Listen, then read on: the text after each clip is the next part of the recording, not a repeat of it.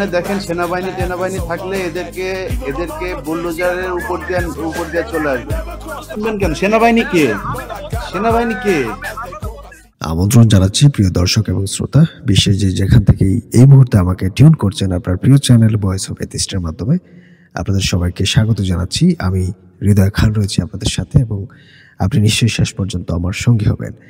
আজকে আমি আপনাদেরকে খুব অবাক করা একটি ব্যাপার দেখাবো। সেটা হচ্ছে যে আপনারা সবাই জানেন বাংলাদেশ সেনাবাহিনী অথবা বাংলাদেশ আর্মি যেটা রয়েছে, এই ডিফেন্স ফোর্সটার উপর কিন্তু মানুষের অনেক বড় একটি এক্সপেকটেশন ছিল এবং সেই এক্সপেকটেশন কতটুকু আসলে তারা রাখতে পেরেছে, সেই আশাটা কতটুকু নিরাশে পরিণত হয়েছে, সেটার একটি প্রমাণ আমি আপনাদেরকে দেখাবো।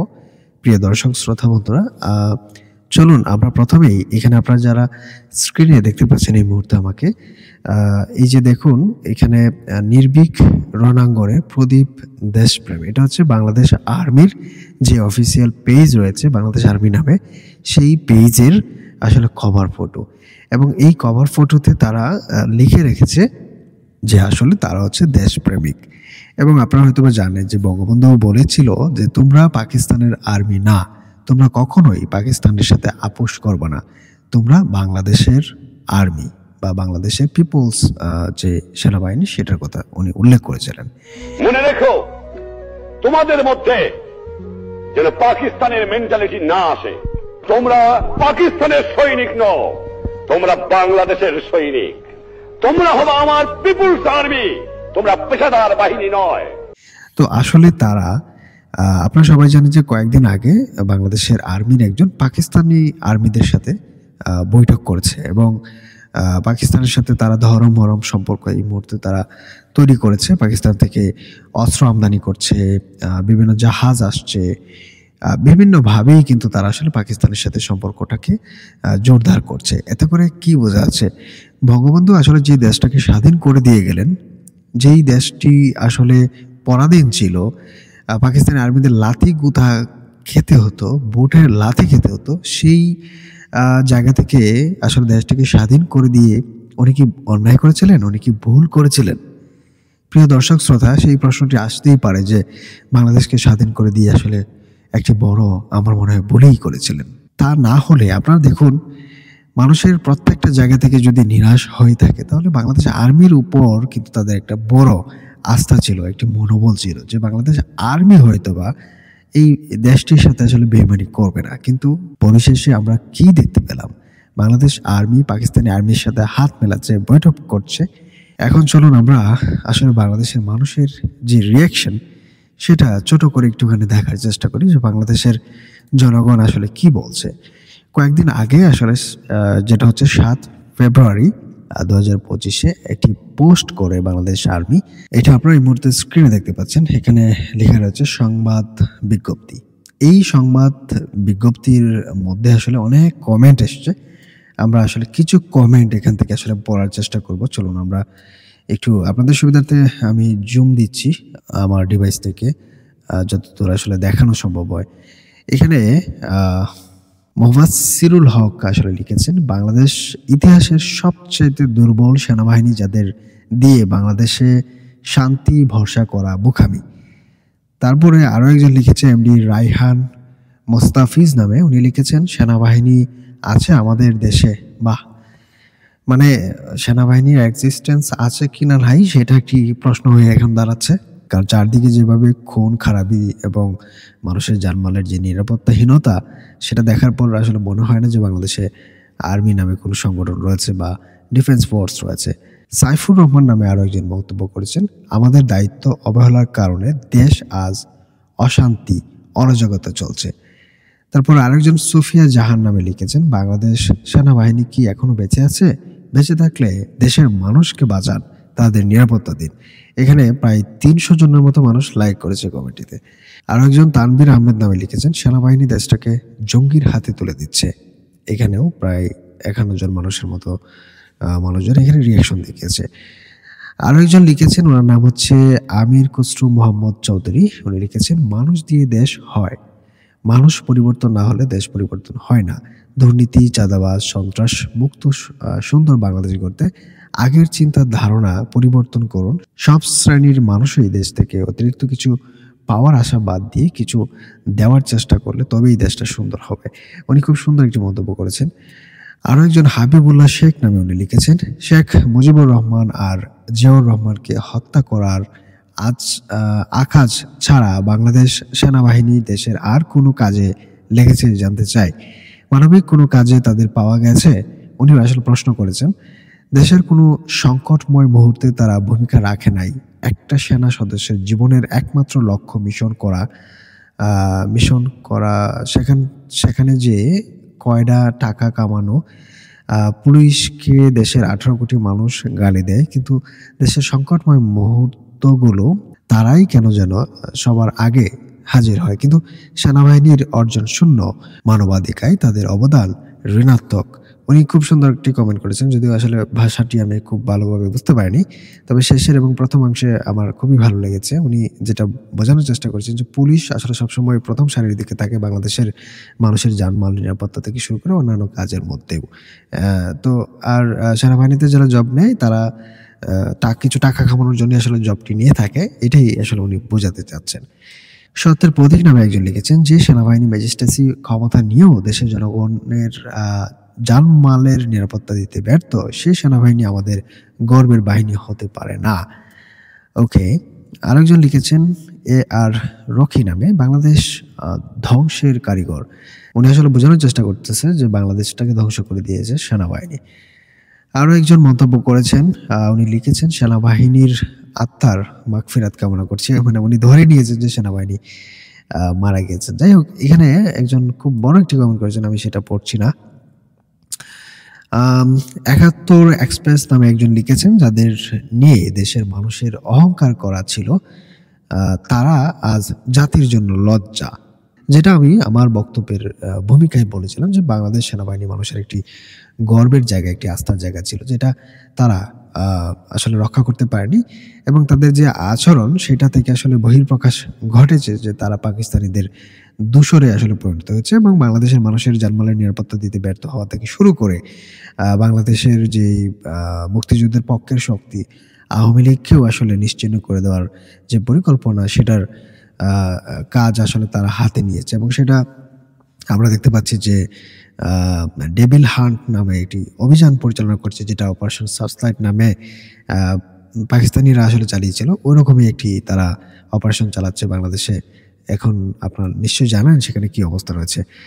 অন্ত নামে একজন লিখেছেন, আমার সেনাবাহিনীতে জব হয়েছিল, এসএসসি পাস করার পর আমি জব না করে ভার্সিটিতে আসলে ভর্তি হয়ে ছাত্রলীগের রাজনীতি করছি। জলপাই বাহিনী হওয়ার চেয়ে ছাত্রলীগের কর্মী হওয়া গৌরবের, এবং জয় বাংলা জয় বঙ্গবন্ধু লিখেছেন। এখানে খুবই ইন্টারেস্টিং একটি কমেন্ট, দর্শক এবং শ্রোতা, আমি এটা হাইলাইট করছি আপনাদের সম্মুখে, আপনারা দেখতেই পাচ্ছেন। এখানে ওনার জব হয়েছিল, উনি আসলে জবটি করেনি, উনি ছাত্রলীগ করেছেন। যাই হোক, আরো একজন লিখেছেন, এখানে আমরা দেখতে পাচ্ছি আবুল মহিত চৌধুরী নামে, পাকিস্তানপন্থী সেনাবাহিনীর কাছ থেকে আজ গোটা সেনাবাহিনী জিম্মি। আর্মি বর্তমান ম্যাজিস্ট্রেসি পাওয়ার নিয়ে মাঠে আছে, তারপরেও বাংলাদেশ জ্বালাও পোড়াও ভাঙচুর অগ্নিসংযোগ করা হচ্ছে, এর দায় সেনাবাহিনী এড়াতে পারবে না। ওকে, খুব সুন্দর কথা বলেছেন এবং বাস্তবতা উনি তুলে ধরেছেন। দর্শক এবং শ্রোতা, এই ফাঁকে আসলে বলে রাখা ভালো, আমি কোনোভাবেই এখানে কোনো ফিল্টার ব্যবহার করিনি, অর্থাৎ কমেন্টগুলো যেভাবে আছে সেভাবেই আমি জাস্ট আপনাদের সম্পর্কে আমি পড়ে শোনাচ্ছি, এবং এখানে কোনো পজিটিভ কমেন্ট এখনো পর্যন্ত আমি কিন্তু পাইনি যেটা বাংলাদেশ সেনাবাহিনীর পক্ষে যাচ্ছে। আপনারা গিয়ে বাংলাদেশ আর্মি লিখে সার্চ করে এই স্ট্যাটাসটির নিচে আপনার কমেন্ট চাইলে আপনারা নিজেরাও ভেরিফাই করতে পারেন আমি সত্য বলছি কিনা। আরেকজন লিখেছেন, আমি একদম র্যান্ডমলি পড়ছি, একদম শুরু থেকে শেষ পর্যন্ত পড়ছি, আমি কোনো কমেন্ট কিন্তু বাদ দিইনি।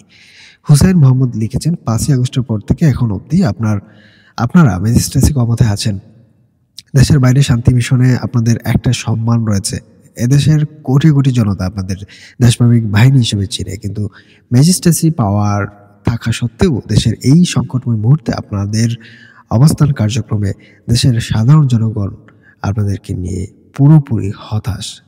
যেটা আমি শুরুতেই বলছিলাম, সাধারণ মানুষের শ্রদ্ধা ভালোবাসার জায়গা থেকে আপনারা দিন দিন অনেক দূরে সরে যাচ্ছেন। অনেকেই এখন আপনাদেরকে হাসির চলে বলে জলপাই বাহিনী। আমরা তো আসলে অন্য কিছু বলি, যাই হোক, উনি আসলে জলপাই বাহিনী বলছেন। আরো একজন লিখেছেন, আমরাও মানুষ নামে বাংলাদেশ ধ্বংসের কারিগর বাহিনী, অর্থাৎ সেনাবাহিনীকে ওনারা ধ্বংসের বাহিনী বলেই কমেন্ট করেছেন আর কি, কিছু বলার নেই। মিলন ইসলাম নামে একজন লিখেছেন, এদের থেকে গ্রামের চৌকিদার ভালো, এখন দেখা হলে সালাম দিতে মন চায়। আচ্ছা, বুঝতে পারছি। দর্শক এবং শ্রোতা, আরেকজন বিশাল লম্বা কমেন্ট করেছে, আমি আসলে লম্বা কমেন্ট পড়তে চাচ্ছিলাম না, তারপর আমি এটা একটু পড়ছি। প্রতিবাদী কলম নামে উনি লিখেছেন, সেনাবাহিনীর কাছে ম্যাজিস্ট্রেসি পাওয়ার থাকার পরেও দেশে প্রতিদিন এত এত খুন, ধর্ষণ, ভাঙচুর, অগ্নিসংযোগ, লুটপাট চলছে বাধাহীনভাবে। এই দায় কি বাংলাদেশ সেনাবাহিনী এড়াতে পারবে? উনি আসলে প্রশ্ন করেছেন। আরো আশ্চর্যের ব্যাপার বা বিষয় সেটা হচ্ছে 5ই ফেব্রুয়ারি রাতে ইলিয়াস নামে এক সাংবাদিক বলেছে সেনাবাহিনীর গায়ের উপর বুলডোজার উঠিয়ে দিতে। এত সেনাবাহিনী চুপ।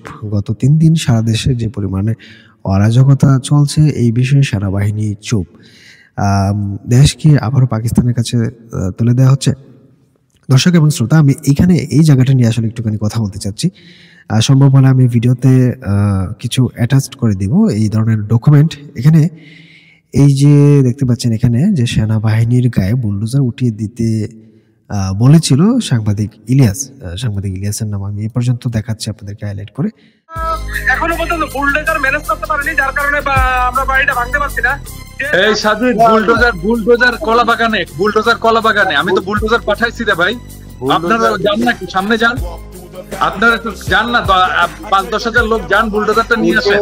ওই যে মিরপুর রোডের ওইখানে দেখেন সেনাবাহিনী থাকলে এদেরকে বুলডোজারের উপর দিয়ে চলে আসবে। দেখেন সেনাবাহিনী থাকলে এদেরকে বুলডোজারের উপর দিয়ে চলে আসবে। তারপরেও আসলে সেনাবাহিনী চুপ ছিল। এখানে মজার ব্যাপার হচ্ছে তেঁতুলের বিচি যেটা রয়েছে, অর্থাৎ আমি বোঝাতে চাচ্ছি শারজিজ আলম কিন্তু ইলিয়াসকে ধন্যবাদ দিয়েছে। যখন ইলিয়াস এই ধরনের উস্কানি দিয়েছে একই সাথে পিনাকি, তখন ইলিয়াস এবং পিনাকিকে ধন্যবাদ দিয়েছে শারজিজ আলম। আমাদের দেশের বাইরে এমন অসংখ্য ফ্রিল্যান্স জার্নালিস্ট ভাইরা ছিল যারা তাদের জায়গা থেকে আমাদেরকে সব সময় সাহস জুগিয়েছে, নতুন ইনসাইট দিয়েছে, খুনি হাসিনার রেজিমের বিরুদ্ধে কথা বলেছে। আমরা যদি উদাহরণস্বরূপ ইলিয়াস ভাইয়ের কথা বলি, পিনাকি দাদার কথা বলি, কনক সারোয়ারের কথা বলি, এরকম অসংখ্য জন ছিল যারা ওই পুরো রেজিমের বিরুদ্ধে দেশের বাইরে থেকে কথা বলেছে এবং এখনো তাদের জায়গা থেকে দেশের জন্য কথা বলছে। তো সামগ্রিকভাবে এই যে আমাদের ডায়াসপোরা ছিল, আমরা তাদের প্রতি আমাদের কৃতজ্ঞতা জানাই এবং আমরা মনে করি অভ্যুত্থান পরবর্তী সময়ে। অথচ ইলিয়াস বলেছে যে সেনাবাহিনীর উপর বুলডোজার উঠায় দিতে। তাহলে আপনারা একটু সমীকরণটা মিলান। একদিক থেকে পিনাকি সাপোর্ট করছে ছাত্রদেরকে এবং ছাত্ররাও বিপরীতভাবে তাকে একইভাবে সাপোর্ট করছে, এবং ছাত্রদেরকে সাপোর্ট করছে সেনাবাহিনী, এবং ইলিয়াস হুমকি দিচ্ছে সেনাবাহিনীর উপর দিয়ে বুলডোজার উঠিয়ে দেওয়ার জন্য। তাহলে ব্যাপারটা আপনারা একটু মিলান। তারপরেও সেনাবাহিনী চুপ। এখন এখানে অনেকগুলো বিষয় আসতে পারে। একটা হচ্ছে যে সমালোচনা এইভাবে করে দেখানো হচ্ছে, ভিতরে ছাত্রদের সাথে সেনাবাহিনীও এক, পিনাকিও এক, ইলিয়াসও এক, এটা হইতে পারে। এবং সেনাবাহিনী কেয়ার করছে না, এটাও হতে পারে। আবার সেনাবাহিনী সেটা শুনেনি, সেটাও হতে পারে। আপনাদের মন্তব্য আমাদেরকে জানাতে পারেন। ওকে, আমরা পরবর্তী থেকে পড়ছি। আমরা এখান থেকে শুরু করছি আবারও কমেন্টের বাকি অংশ যেটা রয়েছে। দেশের মানুষ শান্তি ফিরিয়ে দেওয়ার কথা দিয়েছিলেন মাননীয় সেনাপ্রধান, কিন্তু দেশে কি শান্তি আছে? আমরা সাধারণ জনগণ 24 ঘন্টা আতঙ্কে থাকি যখন জানি কে এসে আমার উপর হামলা করে। মাননীয় সেনাপ্রধান স্যার, আপনি দেশের শান্তি ফিরিয়ে দিন, অর্থাৎ ওয়াকারুজ্জামানকে বলা হচ্ছে এখানে। আমরা বিশ্বাস করি আপনি চাইলে 24 ঘন্টার মধ্যে অশান্ত দেশকে শান্ত করতে পারবেন। হ্যাঁ, কিন্তু সে এটা করবে না, কারণ হচ্ছে পাকিস্তানি পন্থী হয়ে গিয়েছে। প্রিয় দর্শক শ্রোতা, পরে আরো একজন কমেন্ট করেছে, আমরা একটু স্ক্রল করছি, নিচে যাচ্ছি। এখানে আরাফিন রাহাত নামে একজন লিখেছেন, আর্মির প্রতি মানুষের আর আস্থা নেই। মুক্তিযুদ্ধ 71 নামে একজন লিখেছেন যে সেনাবাহিনী লজ্জা। ওকে, আরেকজন লিখেছে এমডি আল মামুন নামে, বাংলাদেশ ধ্বংসের কারিগর। দেখুন দর্শক এবং শ্রোতা, আপনারা কি একটি কমেন্ট পেয়েছেন যেটা আসলে সেনাবাহিনীর পক্ষে বা ভালো বা পজিটিভ কমেন্ট? নো, আরেক আজিজ রাব্বি নামে একজন লিখেছে, আগে বাংলাদেশ সেনাবাহিনীর কথা শুনলে মানুষ গর্ব করত, আর এখন সবাই ঘৃণা করে। দেশে কোনো নিরাপত্তা নেই। আপনারা বুঝতেই পারছেন ওনার আসলে রিয়াকশনটা কি। প্রতিশোধ নামে একজন লিখেছেন, আমাদের দেশের সেনাবাহিনী জাতীয় সংঘ না, এটা জাতিসংঘ হবে, জাতিসংঘ শান্তি মিশনে যায় আর নিজের দেশে শান্তি ফেরাতে পারে না, তাই অবিলম্বে তাদেরকে শান্তি মিশন থেকে ফিরিয়ে দেওয়ার উদাত্ত আহ্বান জানাই। ওকে, আপনারা বুঝতেই পারছেন উনি আসলে কি বোঝাচ্ছেন। আরো একজন লিখেছে মান্নাত ইরাহ নামে, সশস্ত্র বাহিনীর পক্ষ থেকে সেনাপ্রধান 5 আগস্ট বাংলাদেশের সকল মানুষের জানমালের নিরাপত্তা প্রদানের কথা বলেছিলেন। সেনাবাহিনী কি মনে করে তারা জনগণের জানমালের নিরাপত্তা দিতে পেরেছেন অথবা নিরাপত্তা দেওয়ার ন্যূনতম চেষ্টা করেছেন? পক্ষপাতমূলক সেনাবাহিনী কি বাংলাদেশের জন্য আশীর্বাদ নাকি ঘৃণা অভিশাপের? উনি আসলে বিশাল একটি বড় প্রশ্ন করেছেন দর্শক এবং শ্রোতা, যে 5 আগস্টের পর থেকে বাংলাদেশের মানুষের নিরাপত্তা দিতে আসলে ব্যর্থ হয়েছে এবং সেই জন্যেই মানুষের ঘৃণা বেড়েই চলেছে এই বাহিনীটির প্রতি। রুখে দাঁড়াও বাংলাদেশ নামে একজন লিখেছেন, সেনাবাহিনী জিন্দাবাদ, ইনকিলাব সায়দাবাদ। উনি আসলে মজা করেছেন এখানে। রুবায়াত রবি নামে একজন লিখেছেন, বাংলাদেশে কোনো সেনাবাহিনী নাই। দর্শক এবং শ্রোতা, এরকম হাজারো কমেন্ট আমি আপনাদেরকে দেখাতে পারবো যেখানে আসলে এই ধরনের মন্তব্য ভরপুর রয়েছে এখানে। তো আপনারা আসলে কি মনে করেন, আপনাদের ধারণা কি? এই সেনাবাহিনী দেশের আশীর্বাদ নাকি অভিশাপ? আমি তো বলি মির্জাপুর বাহিনী, আবার অনেকে বলে শয়তান বাহিনী, অনেকে বলে সোনা বাহিনী। আপনারা কোনটি বলেন সেটা কমেন্ট করতে নিশ্চয়ই বলবেন না। দর্শক এবং শ্রোতা, আজকের ভিডিওটি এখানে আমি শেষ করতে যাচ্ছি। দেখা হবে কোনো আগামী অনুষ্ঠানে। সে পর্যন্ত আপনারা সবাই অনেক বেশি ভালো থাকবেন, সুস্থ থাকবেন। আজকের মতো হৃদয় খান এখানেই সাইন আউট।